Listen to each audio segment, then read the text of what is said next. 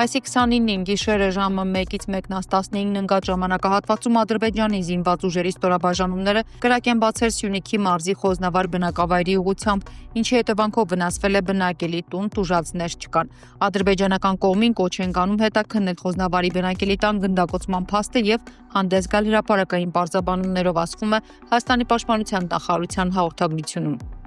Ադրբեջանական կողմի նպատակը հենց խուճապ եւ անհանգստություն առաջացնելն է եւ իհարկե երբ որ գյուղի մոտ կրակում են, դա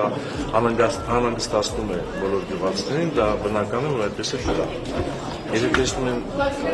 երբեմն գնդակները գտնում են իրենց տանիքներին կամ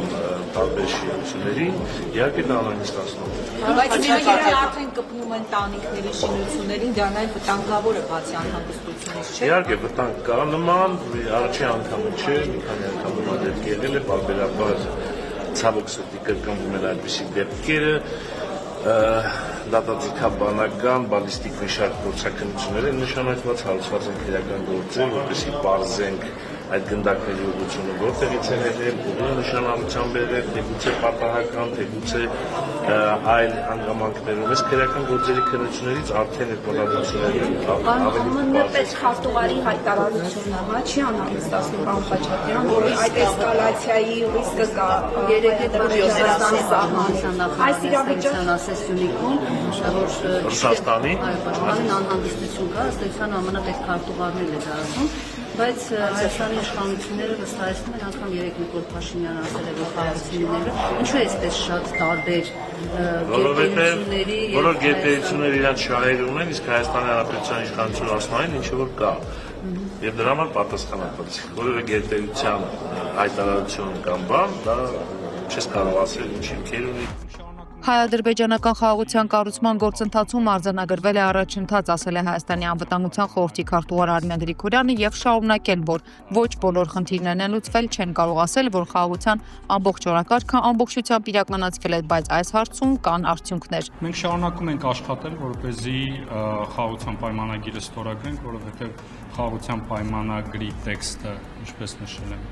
այլևս վերջնականացված է եւ միակ անհրաժեշտությունը ստորագրելն է։ Իրենք գիտեք, որ հրապարակային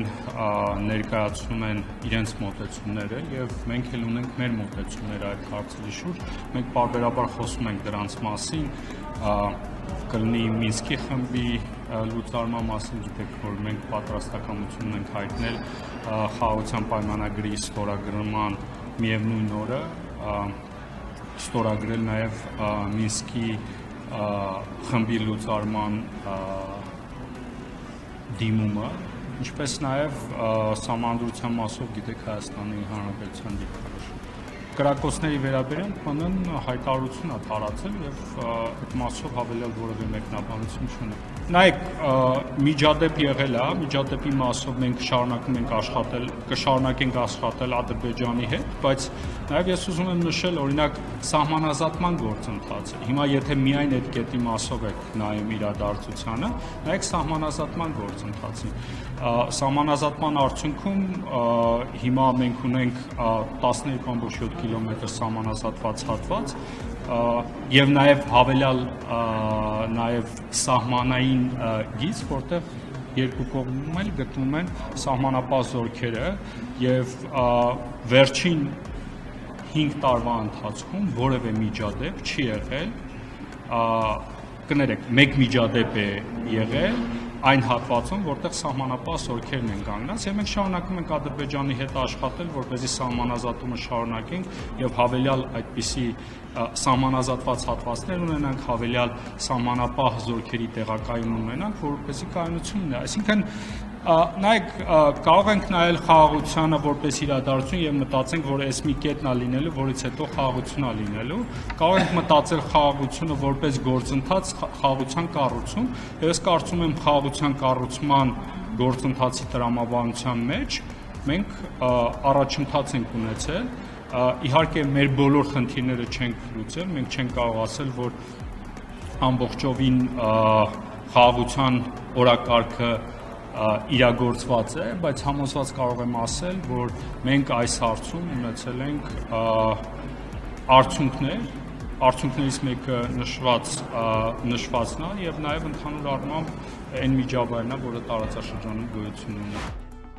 Արձագանքելով բանակի այն աղմկահարույց օրինագծին, որով առաջարկվում է 2 տարի ծառայելու փոխարեն վճարել 24 միլիոն դրամ եւ ծառայել 1 ամիս կամ վճարել 18 միլիոն դրամ եւ ծառայել 4 ամիս, ԿՊ խմբակցության падգամավոր Հայկ Սարգսյանը հերքել է, թե ԿՊ-ի ներսում տարաձայնություն կա այդ հարցի շուրջ։ Քննարկումը խոսում է այն մասին, որ նյութը շատ կարևոր է, դրա համար անընդհատ քննարկումներ են անցկացնում։ Մեղադրանքին, որ այս նախագծով աղքատների բանակ են ստեղծում, նա արձագանքեց, որ հակառակը նախագծի նպատակն այն է, որ լինի բանակը բոլորի համար, ծառայեն նաև հարուստները եւ միջին խավը։ Հայաստանի պաշտպանության նախարար Սուրեն Պապիկյանն ազգային ժողովում ԿՊԱ-ականների հետ փակ հանդիպում է անցկացրել, քննարկել գումարի դիմաց բանակում քիչ ծառայելու մասին նախագիծը։ Ազգային ժողովի պաշտպանության ու անվտանգության հանձնաժողովում նախագծի քննարկումը չեղարկվել էր, դեռ լրացուցիչ քննարկման կարիք կա։ Պաշտպանության նախարարությունը քննարկել է նախաձեռնությունն ու մի քանի փոփոխություններ արել։ Ձևակերպվել են հետևյալ առաջարկությունները՝ կրճատ ժամկետով ծառայությունը սահմանել 1 ամսվա դեպքում 24 միլիոն դրամ, 4 ամսվա դեպքում 18 միլիոն դրամ, ասել է պաշտպանության նախարար Սուրեն Պապիկյանը։ Պարտադիր զինվորական ծառայության անցնելու առավելագույն սահմանային տարիք կնախատեսվի 32 տարեկանը։ Պաշտպանության մասին օրենքում կնախատեսվի մինչև 16 տարին լրանալը արական սեռի քաղաքացիների կողմից օրենքի ուժով Հայաստանի նկատմամբ 15 միլիոն դրամ գումարի չափով հանրային իրավական դրամային պարտավորություն, որը դադարում է արական սեռի քաղաքացուն զինվորական հաշվառման վերցնելու փաստի ուժով կամ հօգուտ պետական բյուջեի վճարմամբ Հայաստանի քաղաքացիությունից դուրս գալու դեպքում։ Լաչինում առաջին ադրբեջանական հանրապետության հիմնադրման արդիվ կազմակերպված տոնական միջոցառման ժամանակ Ադրբեջանի նախագահ Իլհամ Ալիևը առիթը բաց չի թողել խոսելու Հայաստանի նկատմամբ տարածքային պահանջների մասին։ Ընդգծելով, որ Ադրբեջանը երկար չի գոյատևել, Ալիևը հայտարարել է, որ արևմտյան Զանգեզուրը անջատվել է Ադրբեջանից եւ միացվել է Հայաստանին։ Դա մեծ անարդարություններ եւ ադրբեջանական ժողովուրդը նմանատիպ անարդարությունների է բախվել իր ամբողջ պատմության ընթացքում, հավելել է Ալիևը։ Նույն միջոցառմանը մասնակցում էր նաև Թուրքիայի նախագահը եւ Ադրբեջանից վերադառնալուց հետո նա արդեն իսկ հասցրել է հայտարարել, որ Անկարան ուզում է խաղաղություն եւ անդորր տեսնել Հարավային Կովկասում։ Ըստ Էրդողանի տարածաշրջանում կայուն խաղաղությունը բոլորին օգուտ կբերի, իսկ Թուրքիայում միայն ուրախ են, որ Ադրբեջանի եւ Հայաստանի միջև խաղաղությունն արդեն իսկ հորիզոնում է եւ գոհ են դրանից։ Ձեռք բերված խաղաղությունը արժեքավոր կլինի եւ Ադրբեջանի եւ Հայաստանի եւ Թուրքիայի համար, հավելել է Էրդողանը եւ ընդգծել, որ Հայաստանի հետ զգուշավոր կարգավորման գործընթաց ունեն։ Can Azerbaycan'ın 28 Mayıs Müstakillik Günü vesilesiyle Ինչ վերաբերում է Զանգեզուրի միջանցքին, ապա սա ոչ միայն ցամաքային ճանապարհ է Նախիջևանի եւ ամբողջ Ադրբեջանի համար, այլև նոր ինտեգրացիոն գիծ է Թուրքիայի միջոցով դեպի թուրքական աշխարհ։ Այս միջանցքի բացումը հնարավորինս կարճ ժամանակում կամրապնդի Հարավային Կովկասի տրանսպորտային եւ էներգետիկ ենթակառուցվածքները։ Մենք ակնկալում ենք, որ Իրանը կաջակցի այն քայլերին, որոնք կնպաստեն մեր տարածաշրջանում խաղաղությանը եւ զարգացմանը։ Յուրաքանչյուր քայլ, յուրաքանչյուր բաց դուռ, յուրաքանչյուր միջանցք միայն տնտեսական օգուտներ բայց ի վերջո երկրներն ավելի կմերձեցնի միմյանց։ Մինչև այդ էլ Ադրբեջանի զինված ուժերի հրթիռահրետանային զորքերը 25 թվականի ուսումնական պլանի շրջանակում իրականացրել են մարտական կրակի կիրառմամբ մարտավարական զորավարություններ ռուսական Սմերչ համազարգային կրակի ռեակտիվ համակարգերի ներգրավմամբ։ Զորավարություններն ուղղված են մարտական պատրաստվածության բարձրացմանը եւ իրական մարտական գործողություններին մոտ պայմաններում վարժվելու հմտություններին։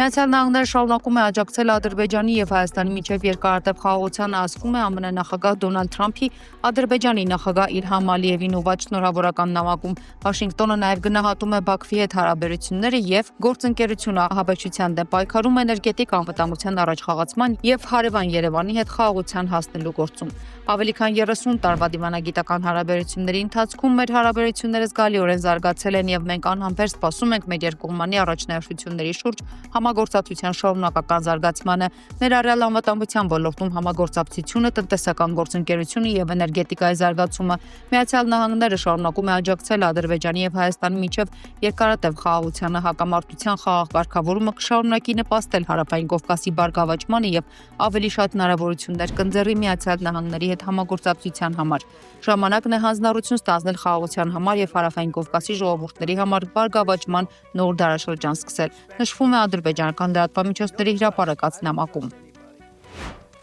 Ռուսաստանի արտաքին գործերի նախարար Սերգեյ Լավրովը հայտարարել է, որ ռուսական պատվիրակությունը պատրաստ է հունիսի 2-ին Ստամբուլում կայանալիք ուղիղ բանակցությունների ժամանակ ուկրաինական կողմին ներկայացնել ապագա խաղաղության պայմանագրի վերաբերյալ հուշագիր։ Ուկրաինան դեռևս չի մեկնաբանել Ռուսաստանի արտաքին գործերի նախարարության ղեկավարի հայտարարությունը։ Լավրովը ակնկալում է, որ բոլոր կողմերը կաջակցեն Ստամբուլում ռուս-ուկրաինական ուղիղ բանակցությունների նոր փուլի անցկացմանը։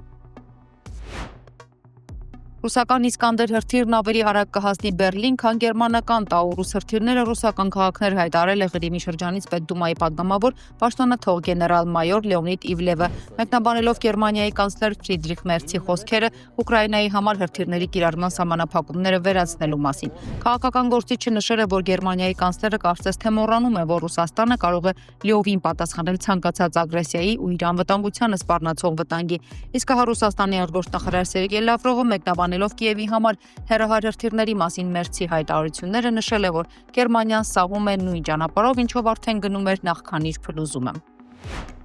Ռուսաստանի նախագահ Վլադիմիր Պուտինը պայմաններ է դրել Արևմուտքի առջև Ուկրաինայում պատերազմի ավարտի համար։ Կրեմլի ղեկավարը պահանջում է, որ արևմտյան առաջնորդները գրավոր տեսքով հրաժարվեն ՆԱՏՕ-ի ընդլայնման իրենց ծրագրից, մասնավորապես բացառեն Ուկրաինայի, Վրաստանի եւ Մոլդովայի հնարավոր անդամակցությունը կառույցին։ Մյուս պայմաններից են Ուկրաինայի չեզոքությունը, արևմտյան որոշ պատժամիջոցների վերացումը, ռուսական սառեցված ակտիվների վերադարձնելը եւ Ուկրաինայում ռուսալեզու բնակչության իրավունքների պաշտպանությունը։ Պուտինը պատրաստ է խաղաղության, բայց ոչ ամեն գնով, ասել Կրեմլին մոտ կանգնած աղբյուրներից մեկը։ Նրա խոսքով, եթե Պուտինը համաձայնության չգա իր պայմանների շուրջ, նա կփորձի Ուկրաինային ու Եվրոպային ռազմական հաղթանակների միջոցով ցույց տալ, որ վաղն աշխարհն ավելի ցավոտ է լինելու։